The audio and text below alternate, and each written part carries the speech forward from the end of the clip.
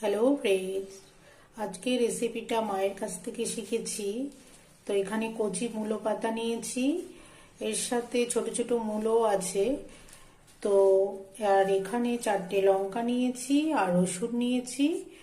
তো এই মূলো পাতাগুলোকে প্রথমে কেটে মিহি পেস্ট করে নেব, তার সাথে এই মূলোগুলোকে ফেলবো না, এগুলোকেও পেস্ট করে নেব।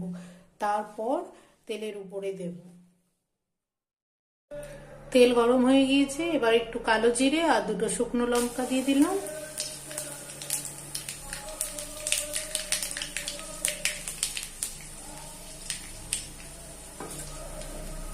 এবার এই পাতার পেস্টটাকে দিয়ে দিলাম।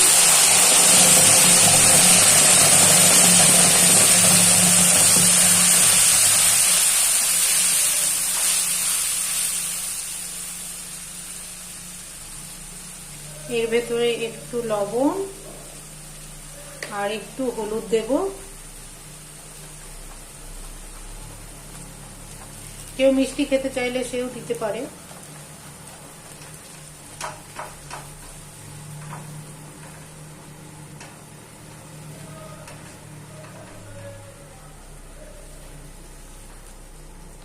এই মূলোর পাতাটাকে আমি একটু জল দিয়ে পেস্ট করেছি, আর এইগুলো একটু ঝাল ঝাল হলে বেশি ভালো লাগবে খেতে। এবার এটা পুরো শুকিয়ে দেবো।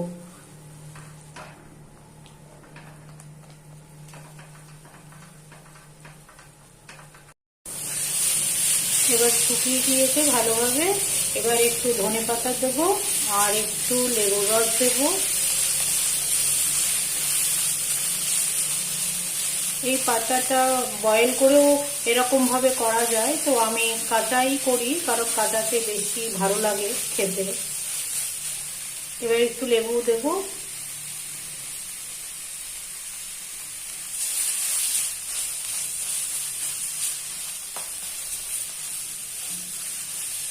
এটা এবার পুরোপুরি রেডি হয়ে গেছে, এবার প্লেটিং করব।